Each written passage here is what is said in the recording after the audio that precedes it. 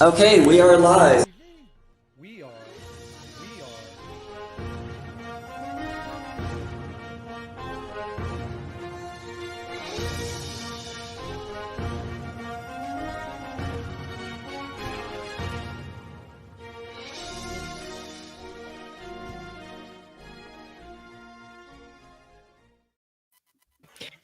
And welcome to the most mentionable show on the internet, The Mentionable. Tonight, we dive in on all things nerdy, as we kind of typically do. Specifically, though, we're going to talk a little bit about transhumanism, technology, impact on apologetics. So that's on the agenda, but we can also take your questions. So if you have questions, don't hesitate, throw them in chat. We would love to hear from you on either YouTube or Facebook. So be part of this conversation with us. I'm Caleb Johnston. With me tonight, to my right, Joel Furchess. And here holding both of us up, I am Atlas. I'm Clinton Wilcox. Glad to have you both with us tonight. Coming from my new location in Las Cruces, New Mexico. So I've finished the move, but I'm still kind of in the middle of setting everything up. So I was going to say your office looks exactly the same. Not exactly. There's a different background than I had last time, but there was a window behind him, and now the window's to the side. Yeah. I don't have any windows in.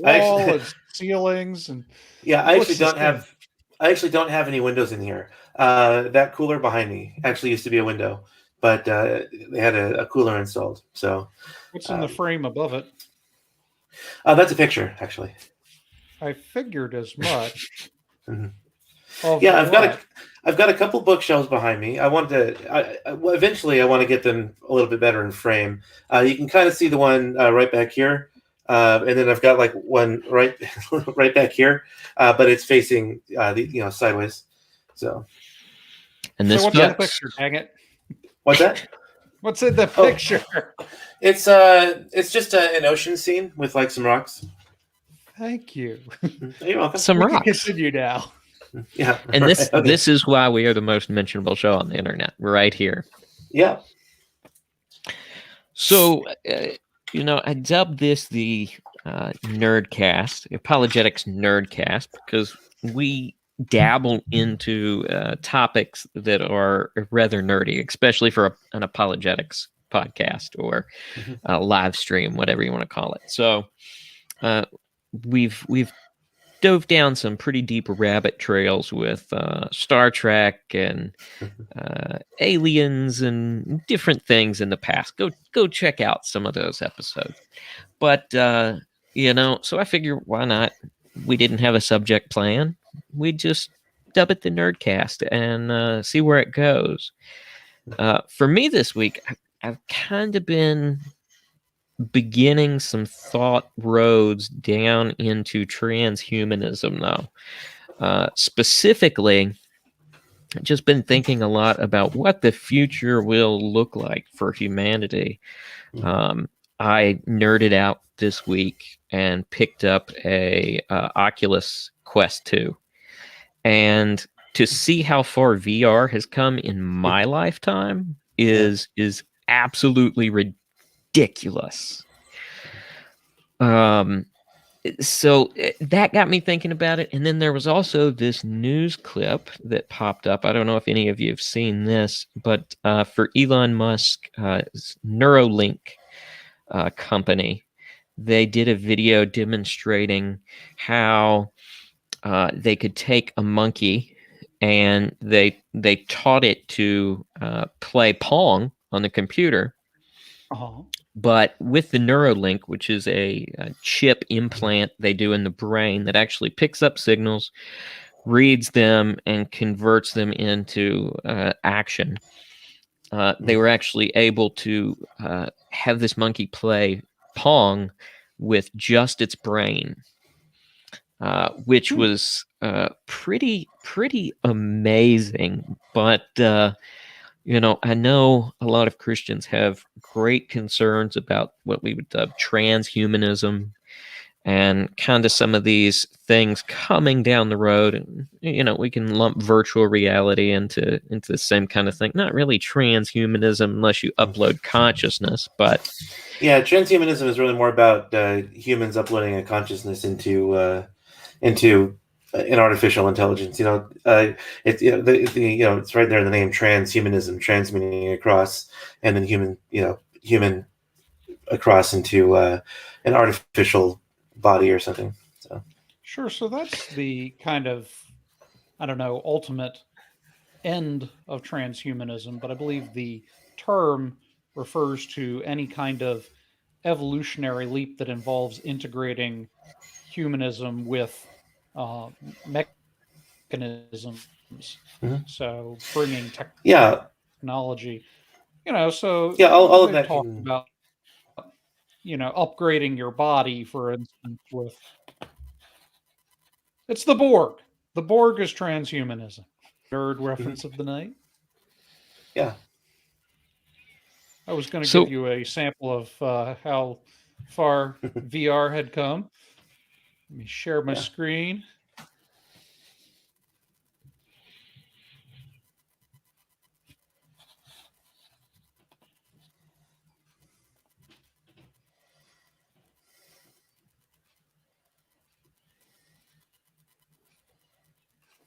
This is the best of VR back a couple of years ago after the commercial. They better pay us for playing that. I know, right? We need to get some kind of royalty. There we go. Pretty cool. Look at those graphics. So impressive. I Who know, would have thought? right? Right? Right.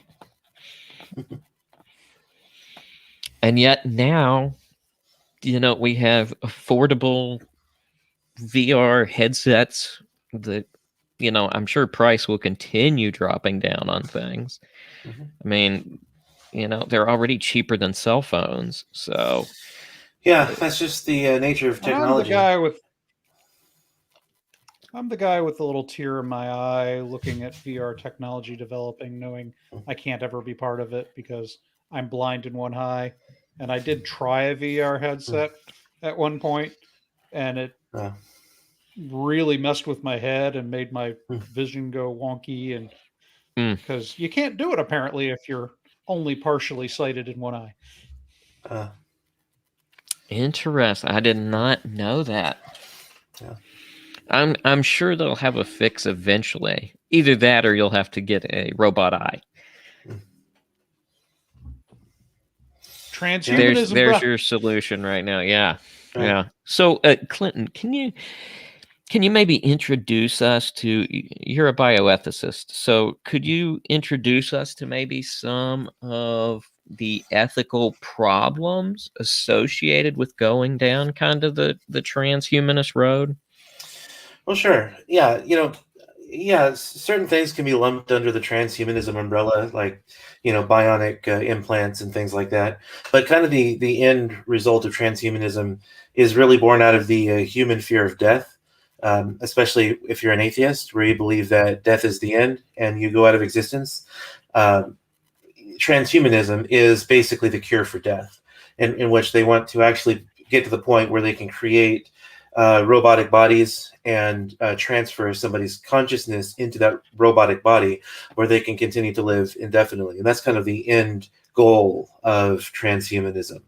And so, us as Christians, of course, we believe that death is something that it's natural and it comes to all of us, and there's no escaping it. So, whether or not we believe transhumanists will ever be successful in escaping death by their inventions where they can upload a consciousness into a computer or into a machine, Christians would say that that's not something that we should do because death we're not meant to live forever here in this world. We will eventually live forever because there will be a final resurrection and a new heaven and a new earth. And that is the ultimate hope of the Christian, not living forever here on this earth in a robotic body or in a computer, because this world is fallen. All of creation is cursed. So if there's a better world waiting for us, then as Christians, we wouldn't want to stay here forever, because we do believe that there's a better world waiting for us. So from a religious standpoint, Christians have the hope of a life after death and an eternity after death. So we don't need to pursue transhumanism because we have that hope. So transhumanism is really more for the atheists who believe that once you die, you're gone. No more consciousness, just an eternity of nothingness where you no longer exist. And so that's really the main goal is to basically have a cure for death. There are certain things which Christians can get behind. Obviously we can get behind bionic replacement of lost or damaged limbs. Like you just mentioned, Joel could get a robotic eye. Well, considering that he's blind in one eye, it would be permissible for Joel to get an eye that can help restore the sight that he's missing. Now, would it be permissible for Joel to have his other eye removed and then get 2 robotic implants? Christians would say, no, that's not permissible, because it's impermissible to remove a perfectly healthy organ and replace it, even if you're replacing it with something better. Because number one, humans were never meant to have, such improved eyesight in the first place. So, so there's no real obligation or anything like that to improve the human, the human ability in that sense. But also, if you have a perfectly healthy organ, then you are essentially frustrating the natural end of your organs. And since we're human beings, since we're rational beings, we have an obligation not to harm ourselves. And even if you remove a body part, like an arm or something, you get a bionic one, which can have certain improvements in certain cases. It would still be impermissible, because you're still harming yourself by removing a perfectly healthy limb and getting another one implanted, even if that limb has certain advantages over your natural limb. So there's still some ethical ramifications, even if we're not talking about the transhumanism where you upload someone's consciousness into a machine to live forever. There are certain ethical ramifications regarding replacing damaged or missing limbs, or replacing perfectly healthy limbs. And then, apart from the ethical implications, there's also the metaphysical implication about whether or not it's even possible to upload someone's consciousness into a machine. So the atheist assumes that since he is just since he's just a collection of all of his memories and thoughts and emotions and everything, then if you upload his consciousness into a machine, the person who used to inhabit the human his identity will persist past that transposition of the consciousness into the new machine. But the problem is that especially if you take a more like Aristotelian approach to the human person, there's really no reason to assume that if you upload someone's consciousness into a machine, that person will persist. What's most likely going to happen is that you're going to kill the person, and then when that person's thoughts and emotions and memories are uploaded into the machine will believe himself to be the original, but he won't. You're actually going to kill the original and basically make the machine someone who believes himself to be the person whose consciousness was just uploaded. So there's also that dilemma as well. Whereas, isn't that what happens every time they transport in Star Trek? Yes, and so that's actually the problem with the Star Trek transporter too, because they disassemble you at the molecular level and then reassemble you somewhere else. And incidentally, Derek Parfit, who's an atheist philosopher, wrote a book. I have it on my shelf. I can go grab it if someone wants to see it. But he wrote a book called Reasons and Persons, in which he actually conceives of a teleportation machine like the transporter. And he constructs various thought experiments with it. For example, if you step into that transporter and it dissembles you, and then it sends your pattern to another transporter and reforms you there, is the being that reforms at a different location, is that you, or is that a different person, whereas you were killed in the original dissembling and now you've been replaced by a double who believes himself to be an original? Or suppose that there is some kind of malfunction with the transporter, and so you get dissembled, and you're reassembled in the other at the other transporter, but your pattern also comes back to the original transporter and reassembles you on the original transporter. So now, which one is the original? Is it the one at the new transporter, or is it the one that was reassembled? So there's all kinds of thought experiments you can come up with And for they the did the transporter as like, well. And Derek Parfit is a philosopher who actually did. and they did a sort of getting down to the bones of it version of that thought experiment in the movie The Prestige. That's exactly what I was thinking about. I don't think I've seen The Prestige, but they've actually done a couple of episodes like that on Star Trek. So in The Prestige, spoiler alert, it's a Hold movie on. that's like This 12 years old. Yeah, but I need to put up the spoiler banner for this one because if you haven't seen it, you need to. Okay. Pretty close. All right. We're good now. Probably closer to 15 years. I don't know. Anyway, it's an older movie at this point. The general idea behind it is that there were two magicians, stage magicians, illusionists, who were in competition with each other after kind of a falling out between the two of them. And one of them came up with this sort of transportation trick where he would walk into a doorway on one side of the stage and then immediately walk out of the doorway on a totally other side of the stage. And ordinarily magicians can kind of figure out how they do each other's tricks, but the one who was the rival couldn't quite figure it out. And so he approached, this was taking place in like the 1920s or something like that. He approaches Nikolai Tesla and says, would it be possible to construct some kind of mechanism that would allow you to move from place to place instantaneously? And Tesla's like, that's a pretty good idea. Let me play around with that. So he did. And he essentially developed a machine that did not transport you from place to place, but did create a duplicate of you in another place. And so now that this magician had that, he had this problem of if he's putting on, 3 of these stage shows a week and he's creating a duplicate of himself every single time in order to complete this particular trick, what's he going to do with all these duplicates?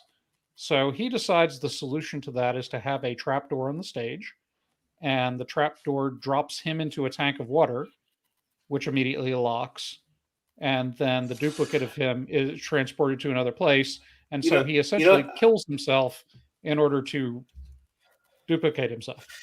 I have seen that film. That was with Hugh Jackman, right? Yep. Hugh Jackman and Christian Bale. Christian Bale. Yeah. Okay. I have seen that one actually. Yeah. Yeah. All right. So yeah, he ends up killing himself every show. Did the original kill himself, or did the duplicate get killed? The original guy had an identical twin. That was how he performed the trick. Oh no, yeah, no. No, I meant the guy who duplicates himself. Was it that the original kept killing himself, or did the duplicate was the duplicate the one that got killed? It was the original that killed himself, and then the duplicate took his place. And then the next show, that duplicate would kill himself, and the duplicate would take his place. Okay. So yeah. Right. Yeah, and so the way that I would kind of take that is that none of the duplicates were obviously original to or identical to the original. Because obviously two things can't be identical to one, so they can't be identical to each other. Well, of course, this is a piece of fiction, but yeah, I mean, right. In terms of a thought experiment, you're talking about. Yeah, and I actually I watch a lot of videos by Penn Jillette, half of Penn and Teller, and he actually did a reaction to certain magician scenes in movies, and one of the ones he did was The Prestige, where Hugh Jackman walks into like a door and appears in the other one, and Penn Jillette just said, he's got a double, because basically if there's only one way to do a trick, that's the way he did it. So. Right. Yeah, so I don't know why the other magician wouldn't have figured that he just had a double. I'm sure that the movie kind of dug into that a little bit, but I don't remember clearly. Yeah, it could be. I remember that if I remember correctly, the movie was kind of told out of sequence a bit. It was. Yeah. So because that was actually, I do remember that it was a little bit hard for me to follow because it was told out of sequence. I actually went to Wikipedia to read the synopsis after I saw the movie to make sure I understood everything correctly. So yeah. This almost gets into the sort of ship of Theseus dilemma. Well, doesn't it? that's part of the dilemma. Yeah. But that's part of the philosophy of mind thought experiment about And duplication and what's Yeah, identical since to we're something being a else. nerdy episode, they made a direct reference to this in the WandaVision series Yeah, they Disney did. Plus. So it's you want to becoming a very popular thing to bring up because you've also got, in addition, I was going to mention the WandaVision episode, but in addition, you've got the series Altered Carbon, which is essentially the same premise, but instead of being able to create a duplicate, people are kind of like sleeves, so their consciousness can be transferred from one to another. And they deal some with the ethical concerns of that. And then also on Black Mirror, they had an award-winning episode. I think it was called San Junipero, and it was about consciousness being uploaded to a simulation. the first Yeah. time that I really encountered the ship of Theseus dilemma was when I watched the stage production of Wizard of Oz, at which point it was clear, from Frank Baum, I think is the name of the original author, his original story, that the Tin Man was a real man, and the witch had cursed his axe or something like that. And so every time he swung the axe, it would swing back on him and cut a part of his body. And so he would go to a tinsmith, and the tinsmith would replace that part of his body with a tin version of it. So tin arm, tin leg, etc. And he would go right back to chopping wood for some odd reason, Yeah, that's without getting a interesting. different axe. And so that basically he became a tin man, a total tin man, because he continued to sever parts of his body and have them replaced. And then, of course, in the dilemma in the story was he didn't have a heart. So the tinsmith never replaced his heart, and therefore he didn't have the, Yeah, chutzpah. that's interesting. I've never read the original book, but I've seen the film, and they never did anything with that. I just assumed, that he was just always a Tin Man. I had assumed he was sort of a mechanism, a robot. Yeah. And it turns out that no, he was a cyborg at best. It makes the story much more disturbing. I love it. Yeah, but it was a ship of Theseus dilemma, which, for those of you who aren't aware, basically it's this idea of if a person owns a boat and the mast of the boat starts wearing out, so he gets the mast replaced, and then the floorboards of the boat start kind of getting rotten, so he gets them replaced, and he keeps replacing parts of the ship until the entire ship is replaced. At what point is it no longer the same ship?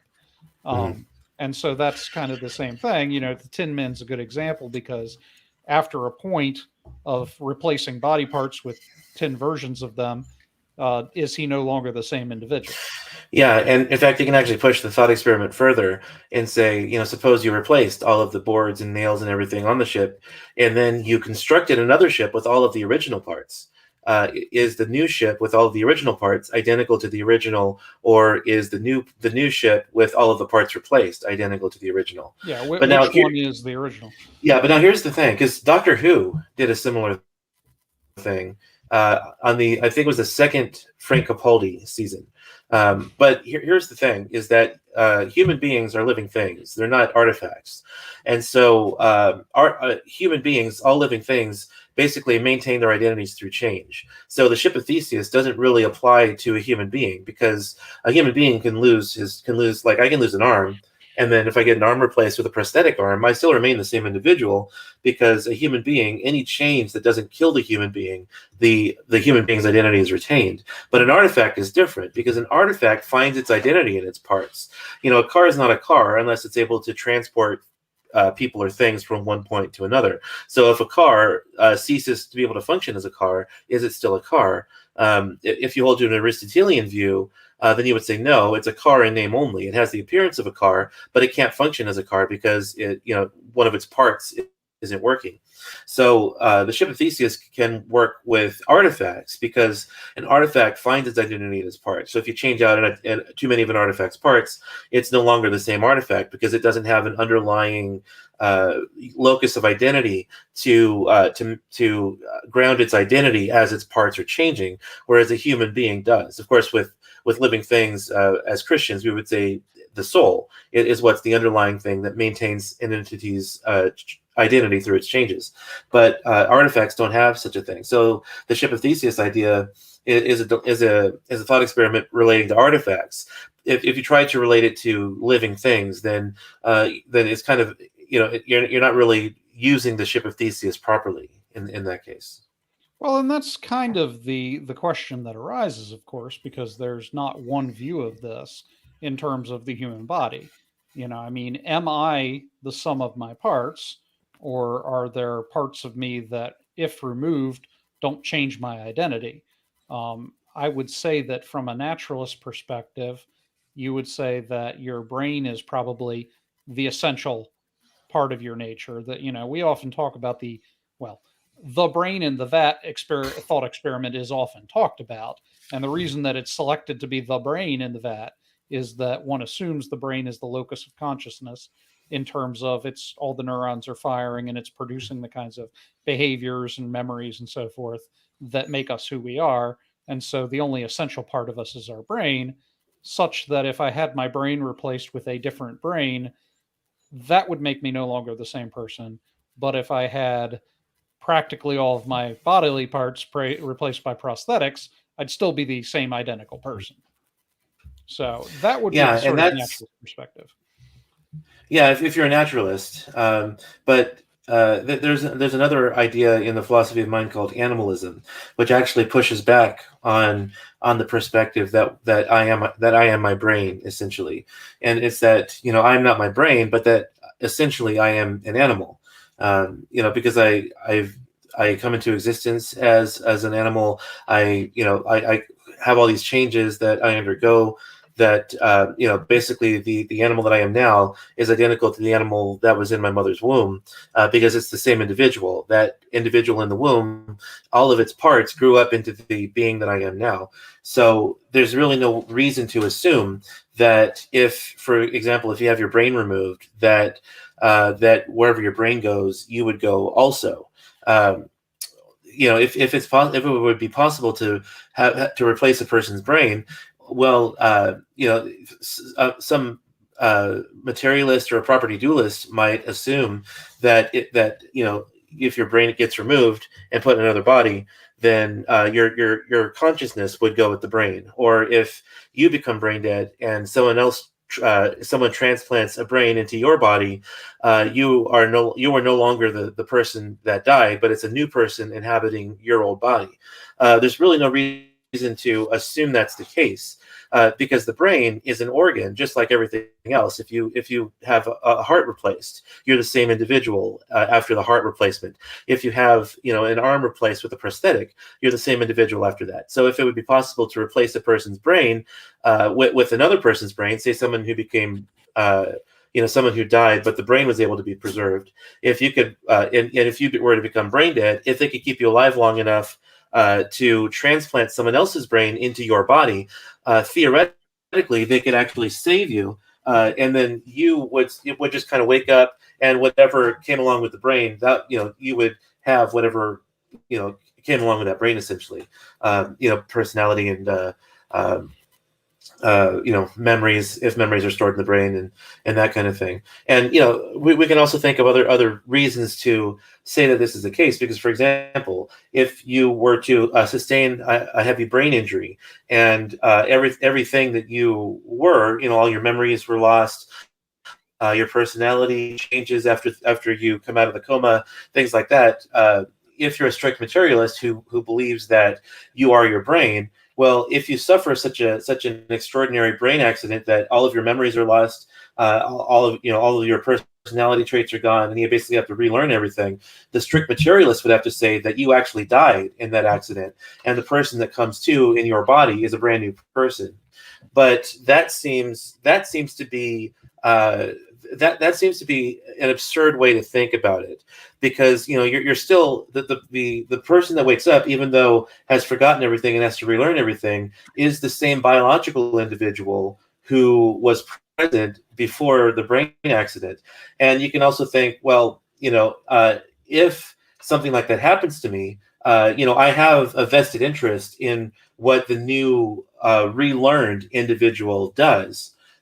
So if you have a vested interest in what that new individual does, you don't want anyone to kill that individual, or to rape that individual, or steal from that individual, even though that individual will have a completely different personality from you. Well, that seems to imply that you do have that since you do have a vested interest in what happens to that individual will still be you. It won't be a brand new person who wakes up.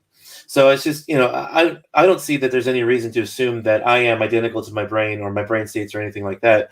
And there are, some like Eric Olson has written a very convincing argument for animalism in one of his books. The Human Animal, I think, is what it's called. So I would really push back on someone who thinks that he is identical to his brain or his brain states. Now, see, my training and my field is in sort of a Skinnerian behaviorism. And B.F. Skinner, who more or less created the field of behaviorism, had a very interesting perspective on this, an interesting idea of what makes you who you are, and the nature of any given human being or animal, and that is a field of behavior, meaning field of behaviors, meaning that he didn't associate a person with their brain or with their body or anything else. He associated them with their behaviors. So every behavior that I have is sort of a product of my experiences over time. And so I behave towards, say, my mother in a way which neither of you would, because of my learning experience with my mother. And, I would behave towards technology in a way that resembles the learning experience that I have.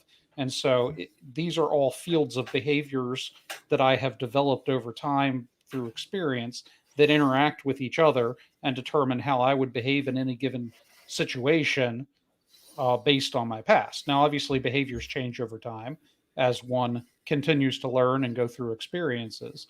But he also associated things like language as behaviors. So every word that I'm using right now, I'm using because of a past history of learning and behaviors, such that my act of speaking and selecting words are behaviors, you know, and they're reactions to particular reinforcers. In this case, perhaps the reinforcement I'm getting from attention. I'm behaving in such a way to get attention, something like that. And so, You mean like Roxy here? yeah.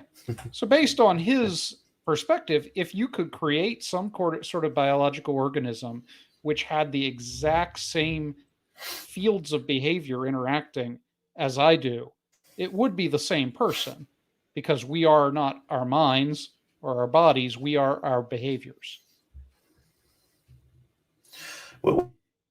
Does he think it'd be numerically the same person? When you say numerically, I'm not sure I understand. I mean, does he mean like you'd be the same person in the sense that you are identical to each other? To basically, under Skinner's philosophy, he does not. He takes organisms. The difference between a machine and an organism is that organisms are behaving things. They have reactions, and they have the capacity to learn and develop over time. With Skinner, you have what they call the dead man test. And the dead man is that a behavior is anything that a dead man would not do. So if I were to lie down, lying there would not be a behavior because a dead man could do that. But Standing up would be a behavior because a dead man couldn't do that. And so any sort of behaving organism, that is something that interacts with its environment, is an organism. It is living. So to live is to behave, according to Skinner. And he didn't, he said that, there's really no way in which we can prove that mental states exist. And mental states are always inferred from behavior. So, for instance, if Roxy there hears a noise outside and gets all excited and starts jumping around and running around the house, you could say that she was scared or she was excited or something like that. But Skinner would come back by saying, okay, so you're saying that she's running around because she's excited, but the way in which you know she's excited is because she's running around. It's circular reasoning. Basically, you've got noise, event within head, behavior. He says, why do we have to postulate an event within the head when the behavior is caused by the noise? It's under the control of the environment around it. We postulate a sort of mental state from the behavior, but why do we need that third step, which is unnecessary to explain the behavior when it's under control of the environment? And so that's his perspective on things. He doesn't take into account mental states or neurology or anything like that. I think that he would say, since we can observe neurological responses and things like that, that those don't, it's not that those don't exist, but he would categorize those as behaviors because they're responding to the environment. Yeah, I'm not sure how popular the view is that there are no such things as mental states. I mean, mental states seem to be pretty much a given in philosophy of mind. Now, obviously, he's a psychologist, not a philosopher per se. But yeah, I don't know if any philosophers have really interacted with B.F. Skinner's work. I know I've seen him quoted, but I would recommend that you actually read his book, Science and Human Behavior, because he is oddly very philosophical, which I didn't expect him to be, considering that his is a very empirical approach to life, meaning that he only postulates those things which can be observed and cataloged. And for him, I mean, philosophy is just so much conjecture over things that are what he would call explanatory fictions. We create some fictional story to explain observable things. Why can't we just look at the cause and effect to explain the observable things?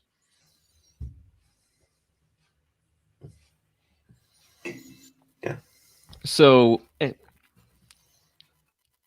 in that view, if it's the case that behaviors were to make up a person, in that sense, then that would play into the theory that transhumanism is something that's possible, especially the end goal of eventually uploading ourselves into some kind of virtual world, right?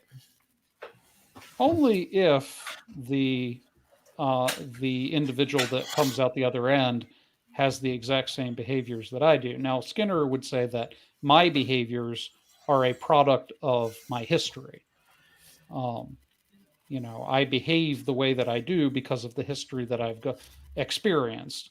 And because I respond to my environment, the environments that I've transitioned through over time have created learning, and learning has resulted in behaviors, such that if there was something that didn't share that history, then its behaviors would be explained through some other means.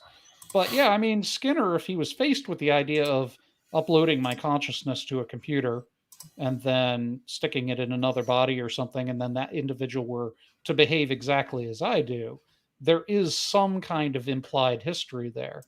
For Skinner, there were three kinds of histories that one had to take into account. One was biological history, meaning the history of evolution of the organism. That organism comes out, generates as an original life form as a result of a history of the species that preceded it. Um, the second, he would say, would be the individual's history. That life form transitions through environments and experiences which result in behaviors. So that's another form of history. And the third he had was cultural history. There are certain behaviors that are ingrained into a human being because of the history of that human being's culture. And they're kind of imbued into that human being from the surrounding cultural environment, and more or less kind of the approval and disapproval of those individuals which surround the person. So they're transferred through the history of that culture into the individual's behavior.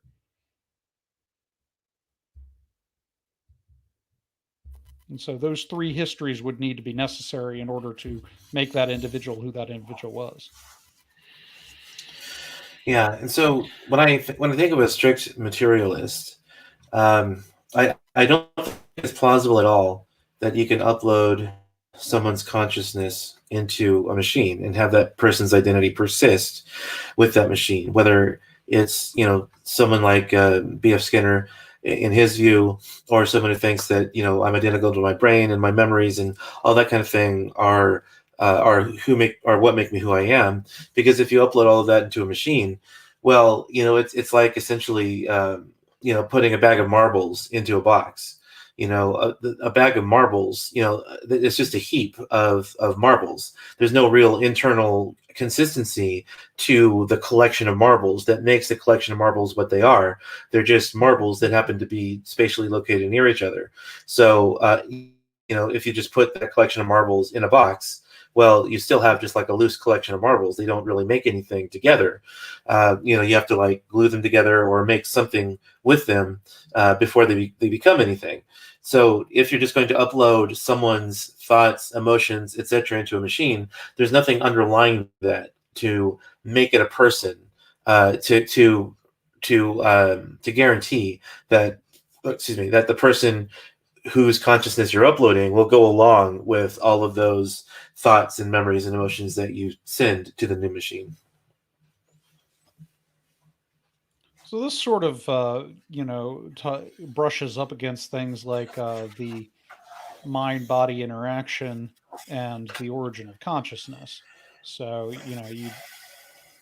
something we might need to look at in the near future would be panpsychism as an explanation for consciousness.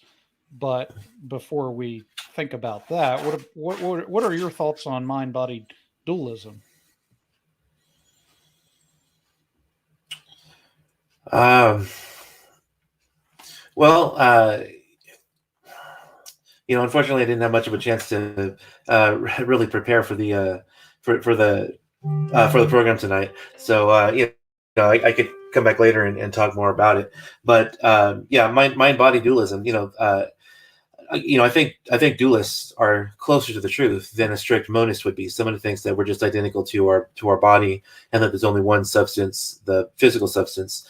And so, yeah, if you're talking about something like a property dualist, who again thinks that there's two substances, the physical substance and then the mental substance. Well, I think that's closer to the truth, but I don't quite think that's it. But if there's no immaterial thing that grounds somebody's identity, then again, if you're just going to upload all of the individual thoughts and memories and things into a consciousness, I'm not sure how like just a mind body dualism gets around that, because there's nothing really underlying that that grounds the person's identity to guarantee that it persists from one moment to the next.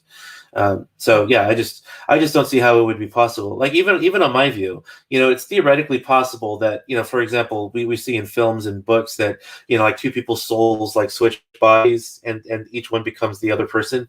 That's theoretically possible, even if not very plausible on a view if the soul exists.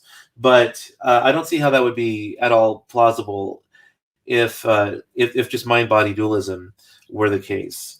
Now, one could make the argument from a purely biblical perspective that if you allow for things like demonic possession, then you've sort of allowed this idea that there could be consciousness that belongs to some entity that can be transferred into the body of another entity and result in particular behaviors that are not that are novel to that particular entity. So if a demon were to take over my body right now, there would be novel behaviors that would be displayed through myself that belong not to my particular consciousness, but to the consciousness of another. Yeah, with demon possession, that's another another bag entirely. That Well, demon possession doesn't have to be touched on, but if you mm, allow for the possibility of demon possession, you allow for the possibility that there are non-material consciousness that do have some kind of interaction with the body.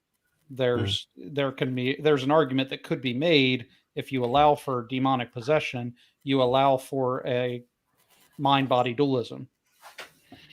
That would put a bit of a kink in Skinner's work, right?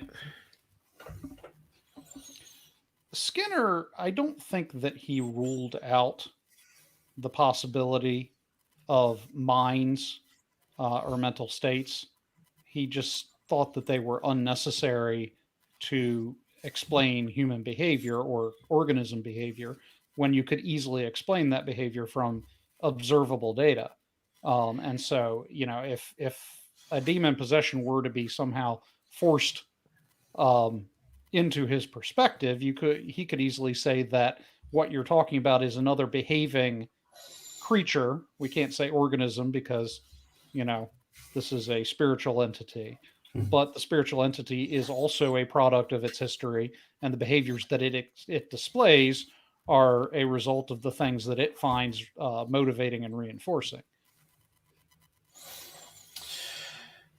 Yeah, and yeah, because I know there are such things as Christian physicalists who don't believe in the soul, and I'm not sure how they would handle the accounts of demon possession that we see in Scripture.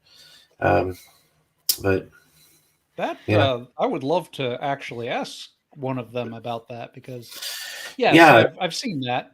And, I mean, right. they get around the whole mind body thing by saying that, in the resurrection, the thing that's resurrected is your body. Mhm. We don't need to postulate, say, a sort of spiritual heavenly state. That's kind of unnecessary. And the Bible, would allow us to get around that if you consider sort of this new heaven, new earth state of being the kingdom of God, not sort of an airy spiritual existence out there somewhere. Mhm. So, yeah, I mean, I can see that perspective. I am sympathetic myself to dualism, but I don't have enough background in it to make a Mhm. defense of it. Yeah, I don't think Christian physicalism is plausible. I just think it's just obvious from Scripture that there's a spiritual component to human beings, and as a hylomorphist myself, I believe that there's a spiritual component, what you might call the form of humanity, which in the case of humans is the soul, because that's your rational, that's the thing that grounds your rational capacities. So yeah, so I think I personally think it's just obvious that there's a spiritual component. The people I know of who are Christian physicalists are not dumb people. Uh, you know, I'm not sure why they've hung their hat on Christian physicalism, because I just think from Scripture it's obvious that there's a spiritual component. If you leave Scripture aside and just argue philosophically, well then there is a stronger case to be made, because obviously all atheists, or at least most atheists, are going to be physicalists in some respect, and not all, because there are some that are dualists, like mind body dualists, or property dualists, like Michael Tooley. But yeah, I think Christian physicalism is just implausible. So yeah, I mean the atheists and naturalists have to struggle with the idea of consciousness and how does consciousness arise. And ordinarily, you'd see sort of a naturalist approach to that say that consciousness is sort of an illusion created by neural activity Mm. in the brain, or at the very best is a product of the brain. So it's produced by the brain. Although your friend and mine, and I say that sort of ironically, Are you talking about Benjamin Tony Jump? Watkins, Oh, um, okay. yeah, he subscribes to panpsychism, and panpsychism is the idea that the brain doesn't produce consciousness; it receives consciousness, and that consciousness is a product of the universe, more or less. That certain organisms have evolved to the point where they can receive consciousness and therefore display elements that are unique to conscious organisms. Yeah. Now, does Benjamin Watkins actually have a philosophy degree? I know he does a lot of reading in philosophy. I don't know what his academic background is. Okay, because he calls himself a philosopher, and from what I've seen, he's not a very good one. He's really bad at, and I don't, I'm not saying that you can't be a good philosopher without credentials. Obviously, I do philosophy without credentials, and I don't want people to discount my work just because I don't have credentials. But so I don't really say that lightly. It's just Benjamin Watkins is really terrible at understanding the views of people who disagree with him, and if you're his friend on Facebook, then he's constantly posting memes, which shows that he just does not understand the views of the people who disagree with them. And it's gotten to the point where I just don't interact with him anymore because, number one, he doesn't listen, and number two, he cares more about caricaturing your point of view rather than getting to know what you believe and trying to convince you through reason. He really, really got that Trump derangement syndrome bad. That really sent him kind of over the deep end of just not wanting to get to know why people would vote for Trump. He just thinks they're all evil idiots, essentially. So. Yeah, and I think that's the genesis of that is, I've known him long enough to know that he has been generous in the past about other people's viewpoints and so forth. I think used to be, the origin of his particular behavior at this point was political, not philosophical.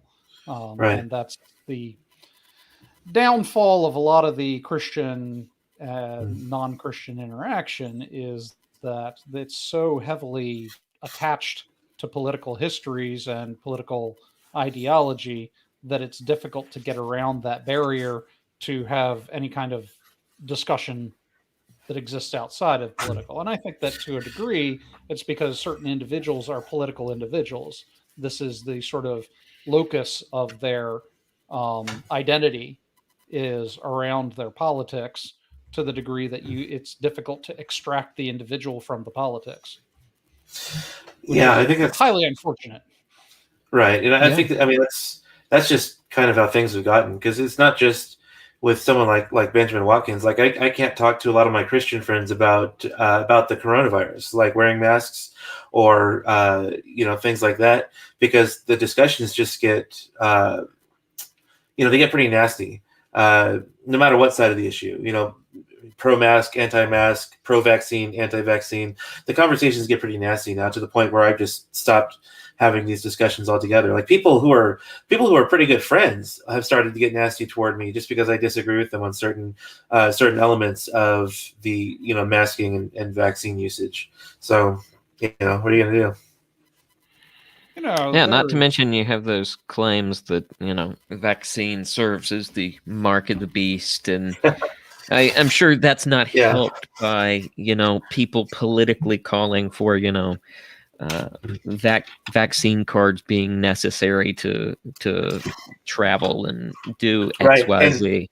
And here's the thing: I'm a partial preterist, so I'm not looking for a rapture. And this is like old hat, because there have been other situations in which someone had to abide by certain rules in order to be able to buy and share in the public sphere and things like that. So I don't see this as the mark of the beast, but there are similarities to it, and that you're not going to be able to travel. If this thing passes, you won't be able to travel without having this vaccine card. You won't be able to buy from the grocery store. In fact, it turns out that you might not even be able to get rescued if you're in danger. I saw going around Facebook that there was a fire or an earthquake that happened somewhere in the United States, and like the rescue operation was going on, but they wouldn't let anyone on the boat who hadn't gotten the coronavirus vaccine. I don't remember what it was, but I saw it going around Facebook. I'd have to go back and look it up to see what it is. But if that's the case, then that's pretty unfortunate, especially since some people just aren't allowed to get the vaccine right now. So Yeah, that's I hadn't heard that. That's a whole nother level. yeah, I'll see if I can find it real quick. See what that was.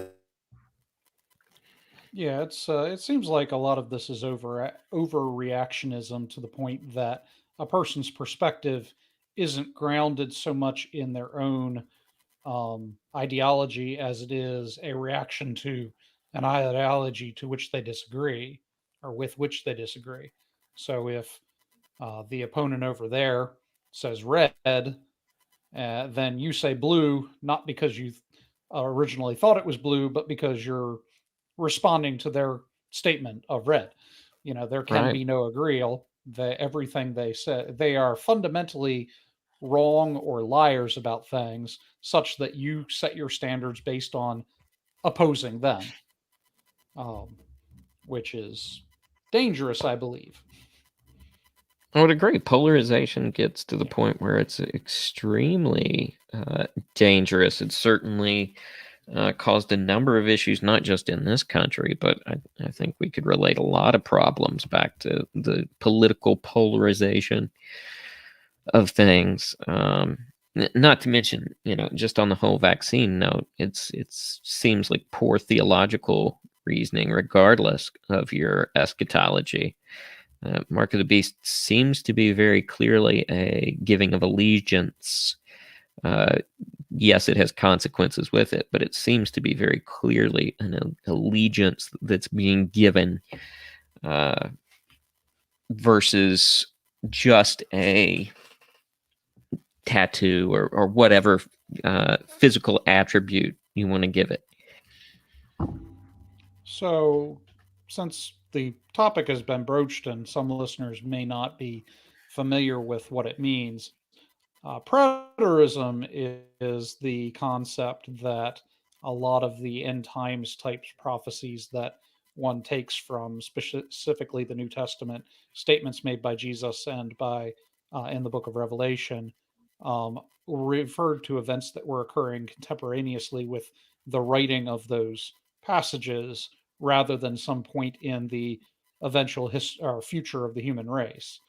Um, and so the mark of the beast, a preterist would more ordinarily say that that was referring to some kind of allegiance to Nero at the time, which, you know, permitted or not the individual from being able to make trade within public society at the time because one had to do so in the name of the emperor.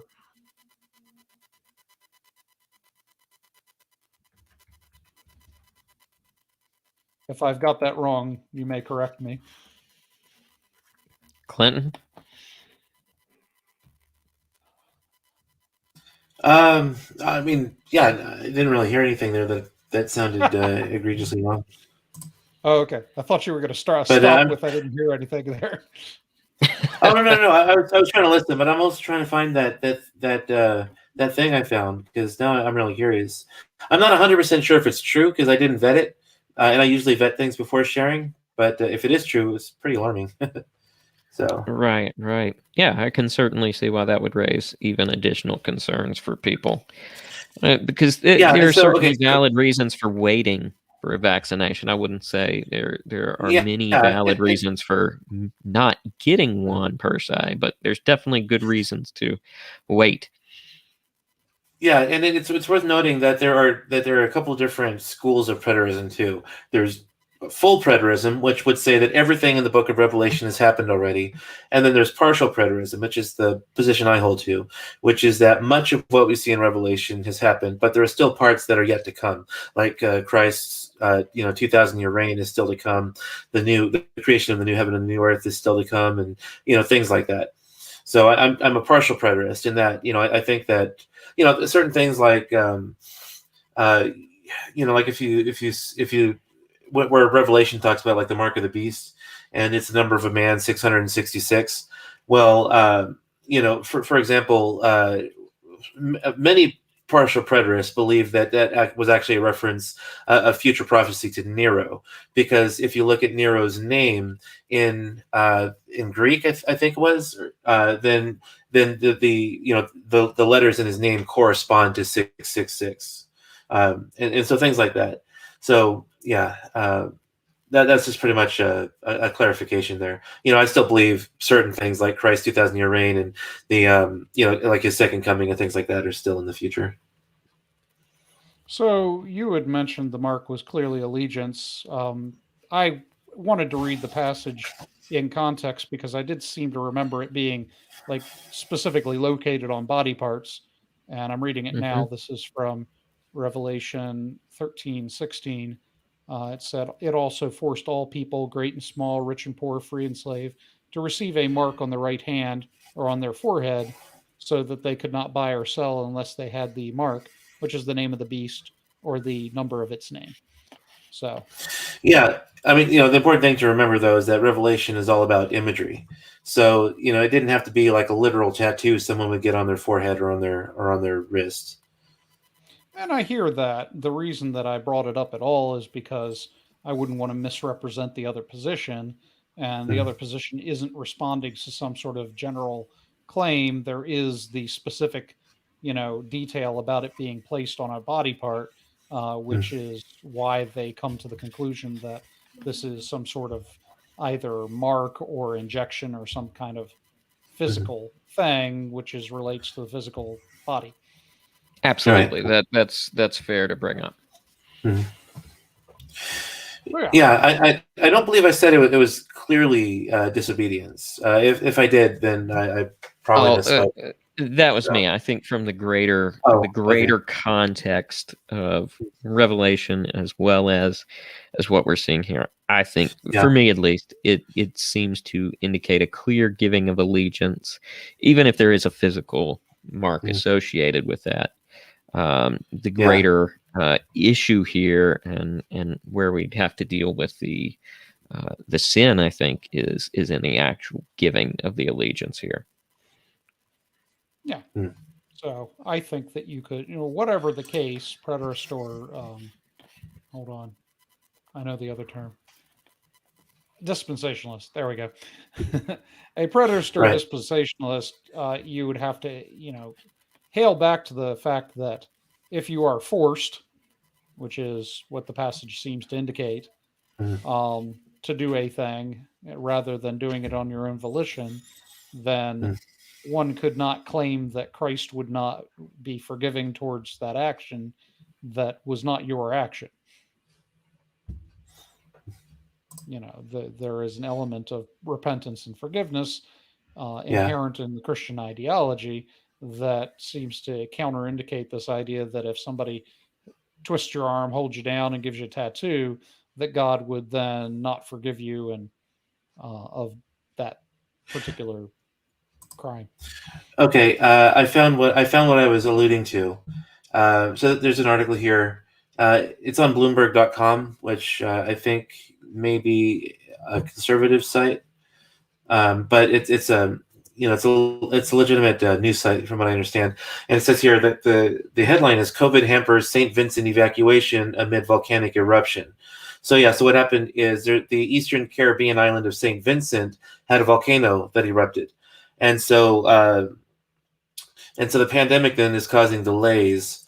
And then where was it? There was a so the cruise ships were there to try and get people onto the ships, and then get those people to safety because of the lava coming down. And so there were some of the ships, I'm not sure how many, but at least some of them were refusing to allow people on who hadn't yet gotten a COVID vaccine. So essentially, on the Caribbean island of St. Vincent, when the volcano erupted, if you didn't have the COVID vaccine, you couldn't get rescued by at least some of the cruise ships that were there to rescue people and carry them to safety. Yeah, that's unfortunate. So, yeah. Yeah, very. Do either of you have any lines of thought you want to continue with this? If not, I've got a question I want to go back to. Well, I guess I could just kind of give a little plug here. I have a book here by Fazal Rana called Humans 2.0, which is about transhumanism. And on my pro-life thinking podcast, I actually interviewed Faz Rana about his book, and we talk about transhumanism. So if anyone here wants to get a little, dive a little deeper regarding the ethics of transhumanism and wants to get, Faz Rana's thoughts on that, they can go check that out as well. Or pick up his book too. And I know Douglas Gertheis has done a book on transhumanism. I haven't read Doug's book yet, but that's definitely on my radar, something I'd like to read. But for a little more info, maybe on stuff that we haven't touched on in this broadcast here, they can check that out if they want some more information. In my head, I've always pronounced his name Gruthius. Oh no, it's Gertheis. And I'm gonna call him Gruthus anyway. Okay, yeah, Gruthus. Yeah, no. In fact, when he talks live, I don't know if he does it at every talk, but he'll actually give the pronunciation while he's talking, because it is a difficult one to pronounce if you haven't actually heard him pronounce it. Yeah, no, I recently listened through the audiobook of the new Evidence That Demands a Verdict, the one that was put out more recently. It's like 45 hours long. 42, but yeah. Oh, really? And they make they cite Grutheist several times, and that's how I learned the actual pronunciation of his name. All right, yeah. The earliest apologetics books I was ever given was his apologetic book. Oh, he's coming out with the second edition of that one. I haven't read the first edition. I'm trying to see if I can see it on my shelf back here, but yeah, I actually met him. Evidence That Demands a Verdict, but it's doggone thick. Yeah, Christian Apologetics. He's doing a second edition of it. He's working on it right now. I got to meet him. Yeah, I got to meet him last January, back in the year 2000, before COVID hit. Because I did a that's a pretty thick book. Because I did a breakout session at a conference he was speaking at, and so I got to meet him between speaking sessions, and got to listen to him talk too. And so yeah, he's a really nice guy, and I got to buy a couple of books and get him signed, and so I would like to get his Christian Apologetics book, but I'm really waiting until he finishes his second edition and publishes it. So yeah, that's one of the things I miss about being a Christian journalist, is being able to meet these guys and also interview them, because otherwise you walk up to them and say, hey, I'm just a guy, and right. A little more awkward. Wanted to say hi to you. Right. Yeah, and actually at that conference, Doug did say that he thinks that transhumanism is an issue that Christians need to hit up more often, because that's kind of the big issue, one of the bigger issues of today. So it's good and timely that we're doing one on transhumanism. It seems like a lot of transhumanism currently is more theoretical than actual, because there might be some small degree in which certain things about you can be uploaded to a machine, but I really don't think they've yet got the technology to put all of your memories and brain patterns in a machine just yet. Yeah, so that's still quite a ways off. Let's take a slightly different scenario then. And this is one that came up due to a recent podcast that was released that's actually really good in terms of podcasting and storytelling, called The Oyster. The premises of The Oyster. That's the name of the podcast, or the name of the episode? It's the name of the podcast, The Oyster. Oh, okay. I'll throw the spoiler warning up, because I'm going to give very, very brief, probably introductory episode spoilers. Of course, this is a fiction story, but it's set in a world where, due to, I think, an asteroid impact or some other catastrophe, humanity above the surface has become unsustainable. So people move into the Oyster, which is essentially like a Noah's Ark for humanity. First ethical dilemma they have is who gets to come on board, because they can only fit like 1/3 of the population on it. The second... This is subterranean dwelling on the Earth? Yes. The second major issue is they don't have enough resources to take care of everybody. So they have a solution, and the solution involves virtual reality and drugs. So they essentially have a certain amount of people volunteer to be given, I think it was DMT, and be plugged into VR. So they live a life of almost constant kind of pleasure and excitement within a VR unit.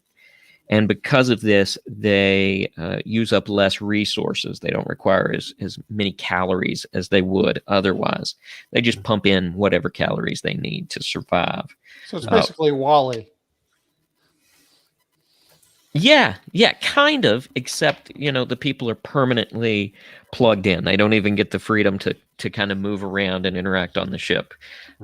If you just had a room hidden away in Wally where all these people are hooked into VR in a borderline vegetative state, then yeah, it would be Wally. So it's like Wally and Matrix fusion. Right. So, it raises the issue about this. I would consider it kind of in the realm of transhumanism. If we were in a situation that required limited resources, what kind of ethical issues are we dealing with in that kind of scenario of people being permanently plugged into something? And I think it's something that's probably an issue that's coming up way sooner than looking at, consciousness being uploaded, but looking at people who are permanently plugged in for a better life. They can have a better life in VR than they could in reality. That depends on your definition of better life. Right. Because everything, and that's actually a common thread in science fiction too, is, is it a better life for you to live inside of a virtual environment rather than living out in the real world? And usually shows like Star Trek or other science fiction shows and movies that investigate this kind of thing tend to come down on the side of it's always better to live in reality than in a virtual reality, despite all of the flaws and bad things of reality. Living in a fake environment, even though all of your needs are met, would be worse than living in reality. That's usually where a show or a movie like this comes down on when they investigate these kinds of things. Well, let me expand on that a little bit for you, because this is an area in which I put a lot of thought and done a lot of writing. So I believe it was Bertrand Russell, although it might have been some other famous atheist. Shoot, who was that playwright? I don't know. Bernard Shaw, maybe, I don't know. Anyway, basically the person sort of demeaned religion in general, because this person was saying that, religion sort of gives you this false sense of purpose or joy or happiness, and it would be better to be a realist and miserable than to be living in sort of a delusional fantasy and happy. And this is something that I confront atheists with on occasionally.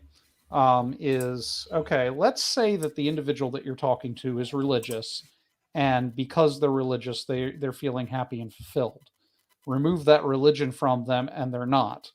So the question here is, which is better, to pursue truth and to, is it better to pursue truth or to be happy? Which would you put as the higher standard, truth or happiness? And so you could expand this to something like, what you're talking about, being in sort of a drugged state. You're drugged at all times.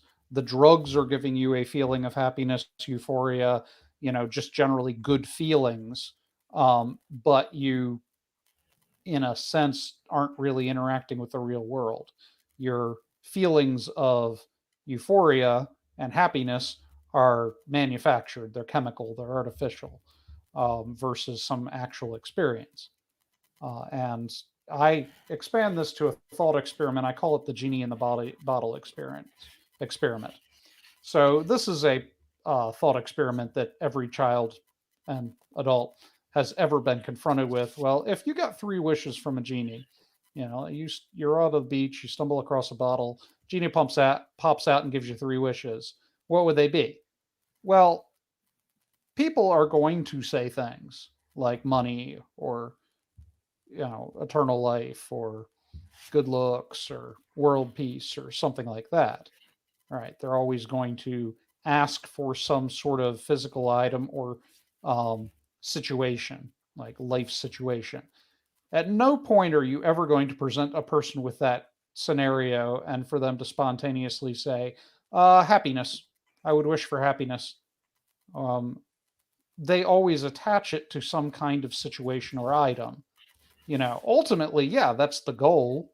They want to be fulfilled, but they want to do so through a vehicle rather than just jump straight to the fulfillment without a circumstance or item attached to that fulfillment. And so, the question is, why is it the human state to want to achieve fulfillment versus just have it?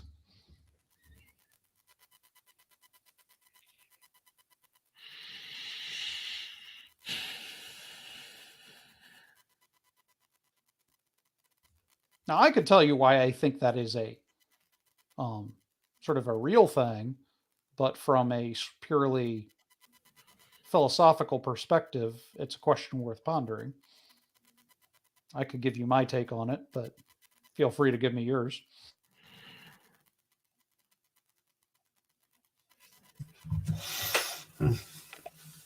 Yeah, I have nothing really to add here. I don't know that I've kind of worked that scenario over enough in my head yet to have a coherent response to it just yet. Yeah, because the feed got a little choppy, so I think I may have actually missed something about the scenario. Well, I ran through several scenarios very quickly. Did you get the genie in the bottle scenario? No, I didn't. Okay. Basically, it's this. You're given three wishes from a genie. What are your three wishes going to be? Any person that you ever present with that is going to give you some kind of situation or item that they want. They're going to ask for, a new car or good looks or eternal life or world peace or something like that. At no point are you going to present somebody with that scenario and for them to spontaneously say, well, I would want happiness.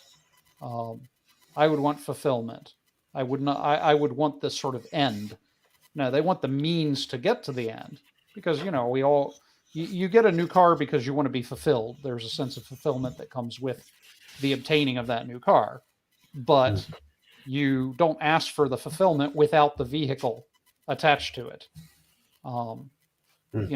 Another way to think of it is, which is better, to be Batman or the Joker?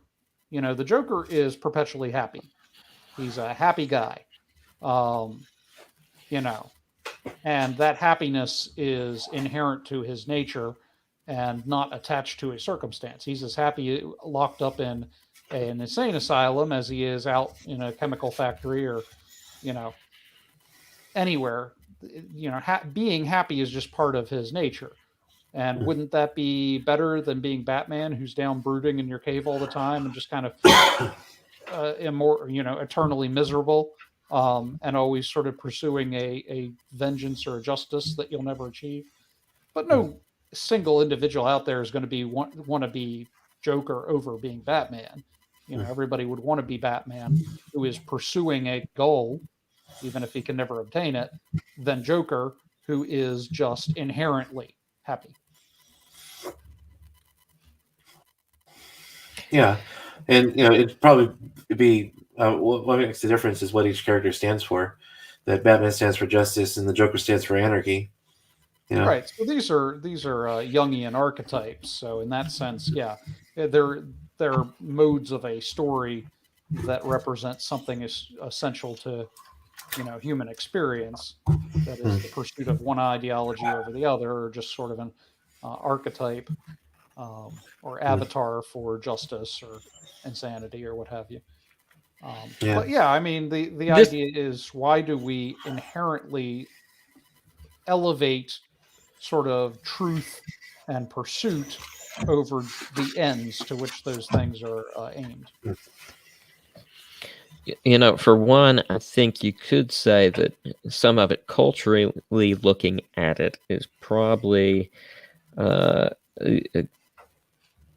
very much a part of just the culture that's developed over time. And I think the influence of Judeo-Christian values is also probably a significant influence on why we've done that. Because I could give a theological answer as to why, I think the living life is better than just the attainment of instant happiness. And I think there's some value in a purely uh, a purely non-religious, non-theological answer, if you will. But I can't say I could put my finger on that in the same way that I can from a theological standpoint. I think it has a very clear answer from that standpoint. Yeah, I mean, from a cultural perspective, you could, like for instance, you've got sort of this Protestant work ethic, and that says that the ultimate end towards which humans exist is to work, and by working to achieve some sense of purpose, you know, uh, versus more of a Marxist concept, wherein, I don't know, maybe Marx was more of a like achievement through working as well. Hmm. Right. Like, if you Oh, look at, go ahead. yeah, I sorry, the one that had crossed my head was Epicureanism, or hedonism, which is this idea that the pursuit is to maximize pleasure and minimize um, pain or misery or what have you, uh, such that any achievement of maximizing pleasure, whether that be done through hard work or drugs, um, would be to reach the ultimate end, which is essentially that. Your wish on the genie is happiness. To the ultimate end of pleasure, kind of thing. So it has existed in the past. You're right, and I think culturally we react against hedonism and Epicureanism, and more tend to drift in the direction of Stoicism, from sort of an ancient Greek philosophy perspective. So, yeah, you're right. That kind of thing has been advocated for in the past under certain philosophical situations.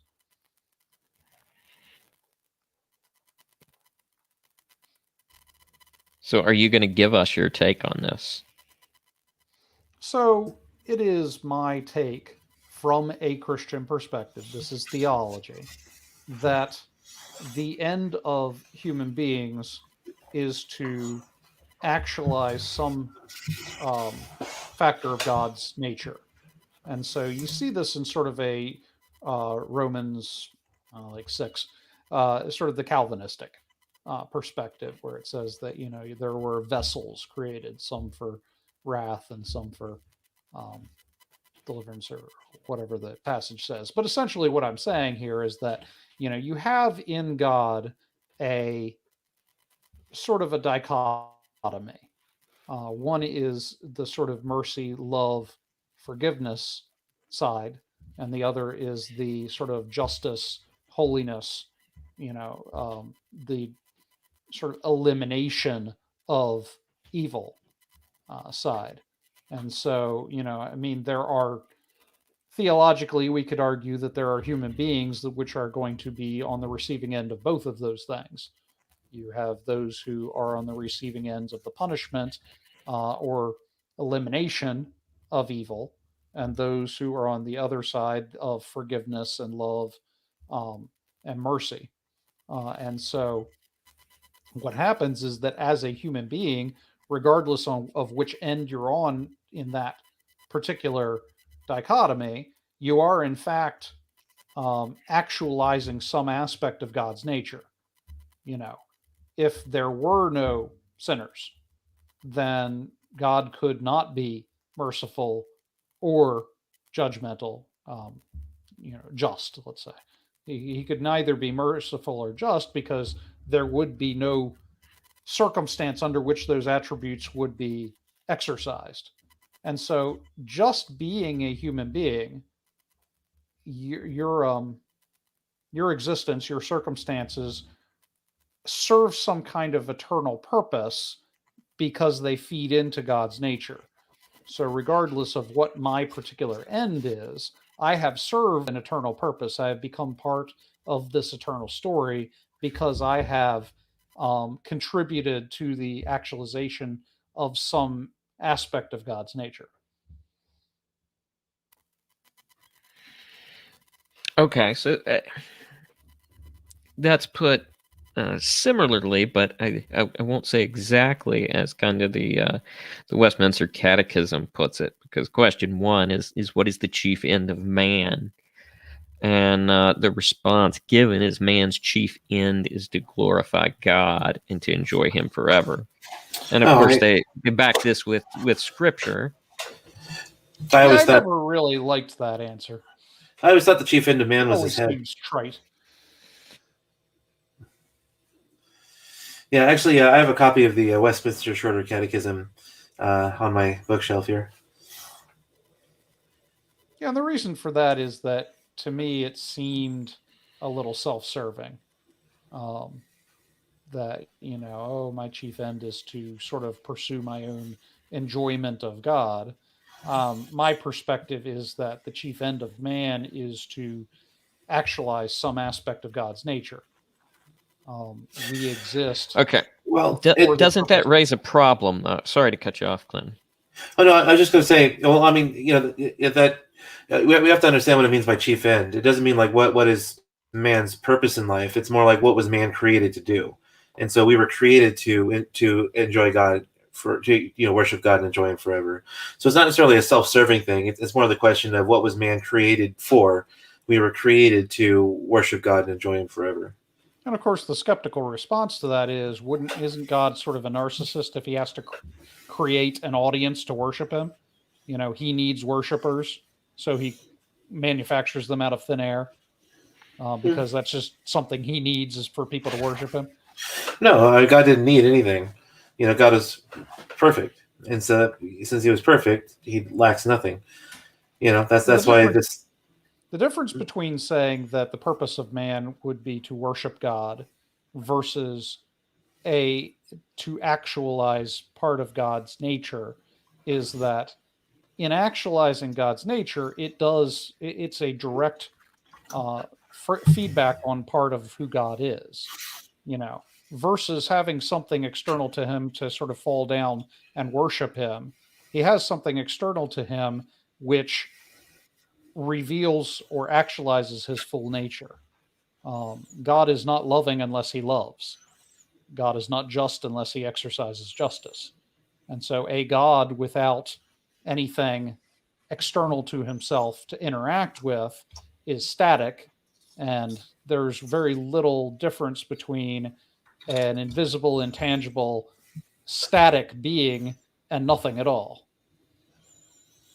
Okay, well, Caleb has something to say, and then I'll Yeah, I was just going to say, doesn't that, and maybe you can clarify this for me, but wouldn't that, in essence, put God's nature in such a way that it is requiring something? Maybe I'm missing how you're answering that aspect of this, but if God's nature is not actualized until He has humans to actualize some part of it, then is God not incomplete?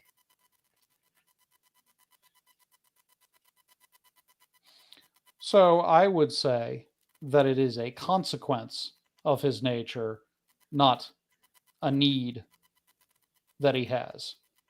You wake up in the morning and you yawn.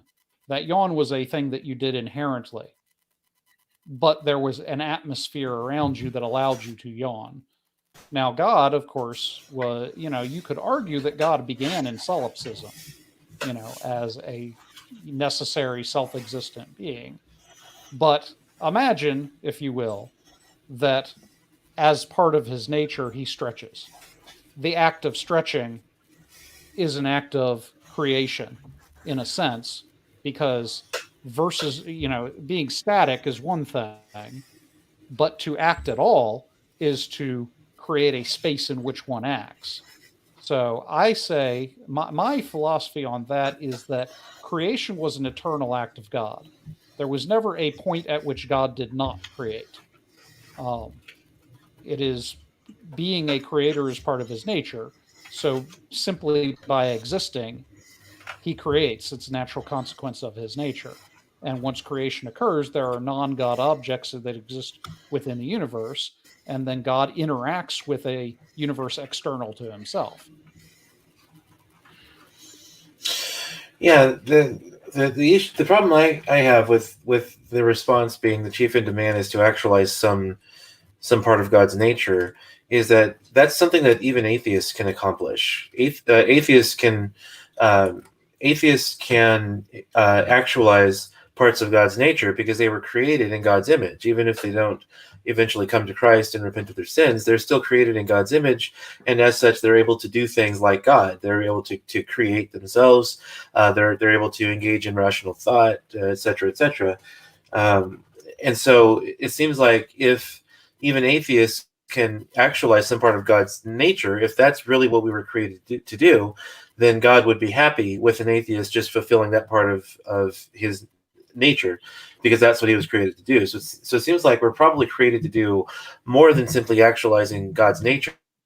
Because if someone doesn't repent of their sins, if someone doesn't worship God, then it seems like they're not living in such a way as to contribute to what they were actually created to do. So there's a verse in Deuteronomy, I believe.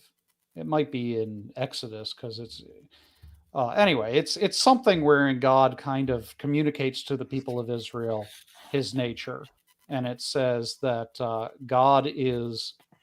I'm going to be paraphrasing pretty badly here, but it's the Lord your God is loving and righteous and forgiving of sins, but He will by no means clear the wicked, bringing the wrath of judgment upon up to the third and fourth generation, something in that degree. But the verse itself appears to be a paradox. In the same breath, it says that God is loving and forgiving and merciful, but God will not clear the wicked. And so this is a sort of paradox which is presented very early on in Scripture and is then resolved through the work and person of Christ. Because Christ, on his first appearance on earth, came to forgive. He created a circumstance which allowed God to be forgiving, because it satisfied God's need to enact judgment and also gave him a vehicle by which he could forgive. We could get into the theology behind that, but I'm not going to. But at that point, the verse in Deuteronomy suddenly makes sense, because both aspects of God's nature, the mercy and forgiveness versus the justice and righteousness. And when I say righteousness, I mean making all things right. Um, his holy nature cannot abide things which are unholy, and therefore, by his nature, he eliminates those things. But both of those aspects of God's nature are only possible, well, they're only actualized, let's say, when there are people that exist that both of those aspects respond to. So, yes, atheists actually do serve a purpose. They exist, and in the fact of existing and not asking for forgiveness or repentance, God enacts that aspect of his nature, that he will eliminate sin or unrighteousness or evil one way or the other, either by forgiveness or by justice. And so, yeah, there is not an individual that has existed in history who has been purposeless, who has been, you know, extraneous, unnecessary.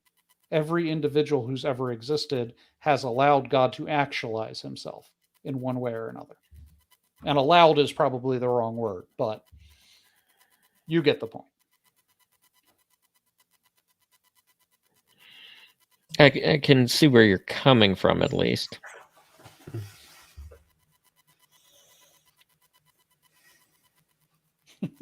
Clinton, any follow-up thoughts? No, not really. I mean, it's not really. I mean, not really a point that that not really. I guess a hill that I'm really that interested in dying in. Like Right. I we mean, can disagree on this, and it's not going to you know.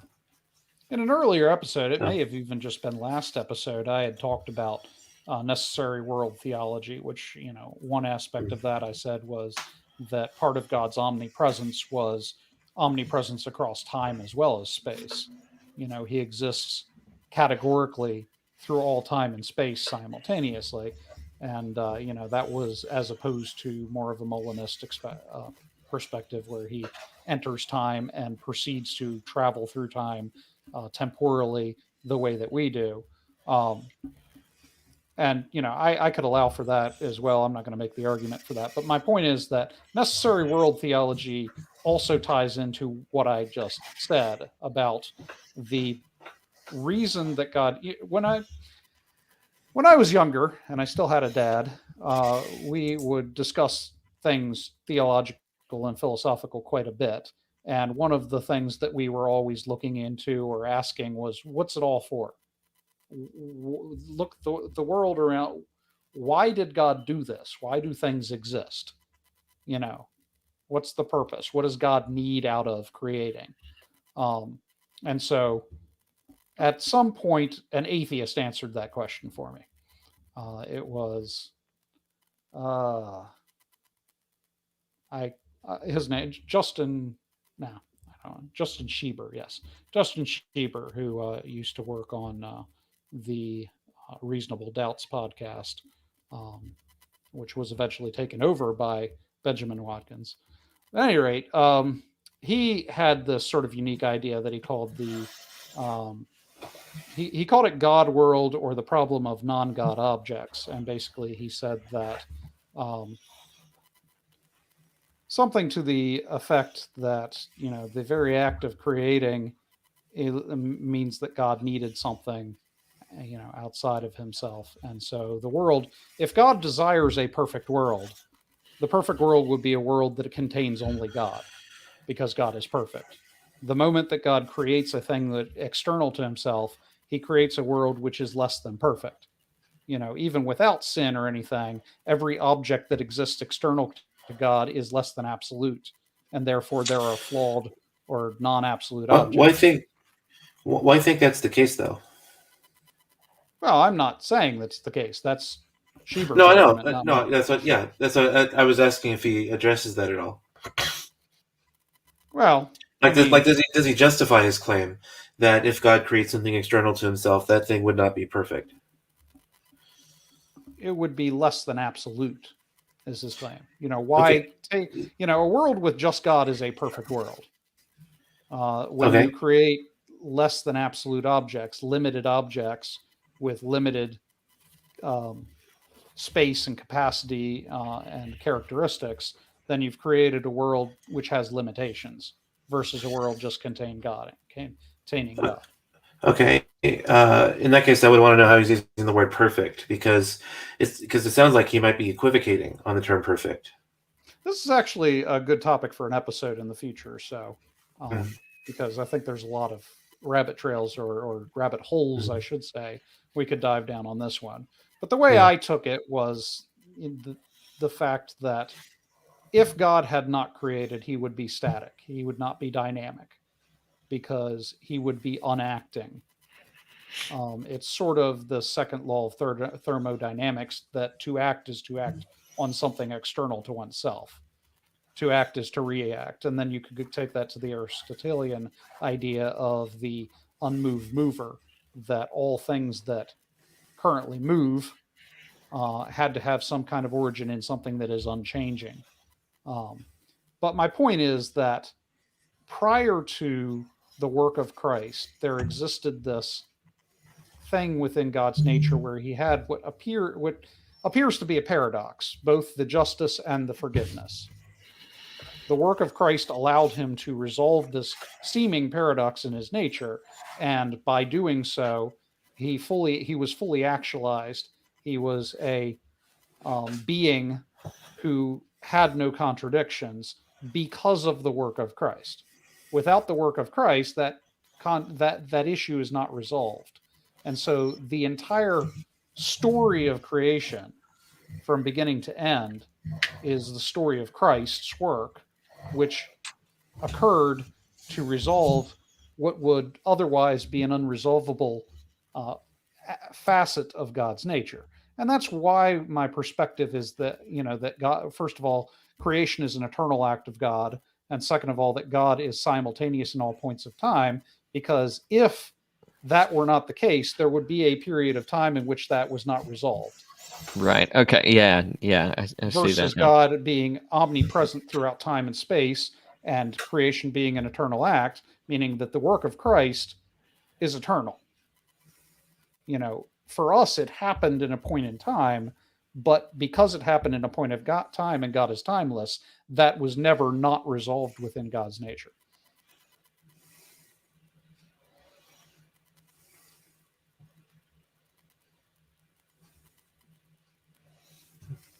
All right. Yeah, that might be one for a future show. Because I definitely want to watch his video or read his article or whatever he did to defend it before we were to talk about it, because he's using a lot of terms there, which I really need to know how he's using them in order to be able to interact with his argument. Yeah, it's interesting. What the most amusing part of that to me, I actually spent a lot of time writing and thinking on the God world argument that he originated. But the amusing part to me was that he originally presented this in a conference of sort of atheists, academics.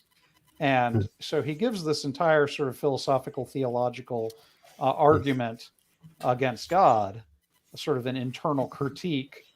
And at the end of which they're like, why are you talking about theology and philosophy?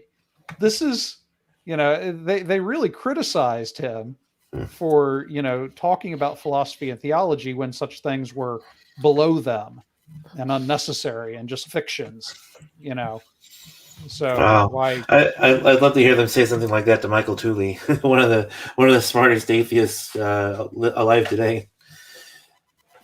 Speaking of which, did you hear that Kai Nielsen passed away a few days ago? Oh. Didn't. Yeah. No. Yeah, and just after we lost another big atheist intellectual philosopher too, Kai Nielsen, and who was it? I'm blanking on who. I forget who the other one was, but Kai Nielsen passed away a few days ago, and then another really powerhouse in atheist philosophy passed away a little while ago too. Is Graham Opie okay? Oh, Graham Opie, actually, I think that was him who passed away. Really? He passed away? I believe so. Let me double check on that real quick.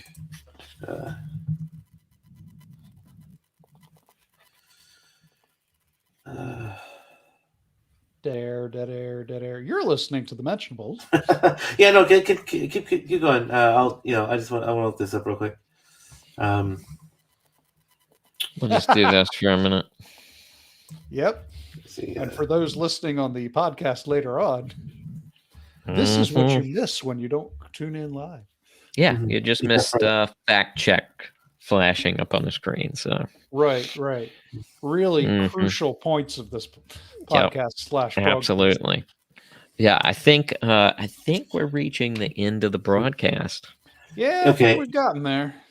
Yeah. Okay. So so Kai Nielsen passed away April 7th. So that was 3 days ago. And then let me double check. Well, no, it looks like Grandma P is still alive according to Wikipedia. Who was it?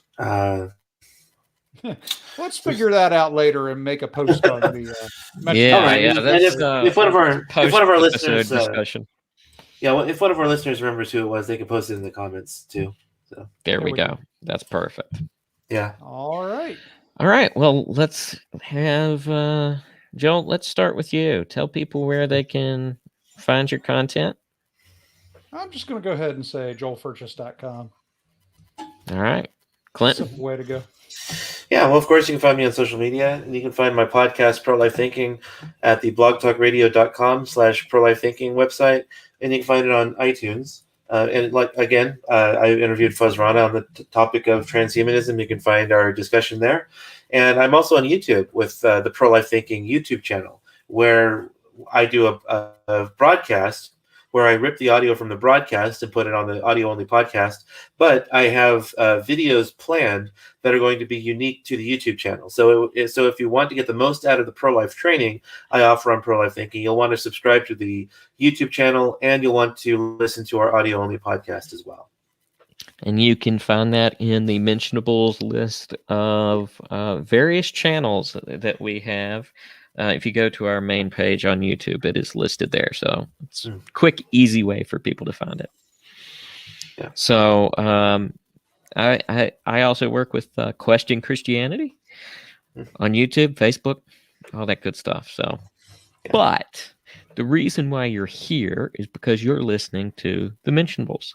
And if you find this kind of stuff good and these kind of nerdcast beneficial in terms of touching on everything nerdy while we dive into these deeper philosophical, theological issues of apologetics, then I was going to say this one got really philosophical. It did. More so than most.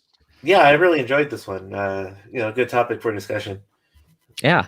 So if you enjoyed this, hit subscribe, hit notifications, give us a like. All that stuff helps with algorithm stuff. So, hit us up with that.